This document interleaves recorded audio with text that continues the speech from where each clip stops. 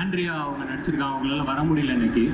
After வட சென்னைக்கு அப்புறம் டெஃபினட்டாக அவங்களுக்கும் இது ஒரு ரொம்ப முக்கியமான ஒரு படமாக இருக்கும்னு நம்புகிறேன். ஜிவி சாரோட பாடல்கள் ஒன்றொன்னா இப்போ தான் வந்துக்கிட்டே இருக்குது. அவரோட பாட்டுமே ரீசெண்ட் டைம்ஸில் எல்லா ஜானருமே ட்ரை பண்ணிட்டு இருக்காரு. அது எல்லாமே பயங்கரமாகவும் இருக்குது. ஆனால் ஒரே படத்தில் எல்லா ஜானரும் சேர்ந்து அமைஞ்சதுன்னா அது ஏன் படம் அப்படின்னு தான் நினைக்கிறேன். அது எங்களுக்கு அமைஞ்சதில் ரொம்ப ரொம்ப சந்தோஷம். எக்ஸ்ட்ரானரி அவரும் ஒர்க் கொடுத்துருக்காரு. இது எல்லாத்தையுமே தாண்டி முதல் இந்த வேலைக்கு வரணும் அப்படின்னு ஆசைப்பட்ட போது டெஃபினட்டாக நம்ம மேலே இந்த நம்பிக்கையால் மட்டும்தான் நம்ம கிளம்பி வந்தோம். அதுக்கப்புறம் அந்த நம்பிக்கை உங்கள் மேலேயும் சேர்த்து மாறிச்சு. முதல் தியேட்டர்கள் ஹிட்டு டாடாவில் கிடைக்கும் போது அந்த நம்பிக்கையால் மட்டுமே தான் அடுத்தடுத்து சரி ஓகே நல்ல படங்கள் வந்து உண்மையான ஒரு சின்சியராக வேலையை மட்டும் பார்த்தா போதும், மற்றதெல்லாம் வந்து மக்கள் பார்த்துப்பாங்க அப்படிங்கிற ஒரு நம்பிக்கையால் மட்டும்தான் வண்டி இன்னைக்கு வரைக்கும் ஓடிட்டு இருக்கு. இதுக்கப்புறம் அப்படி தான் ஓடுன்னு நம்புகிறேன்.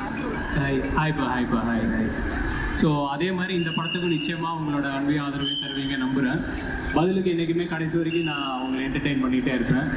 That's a promise.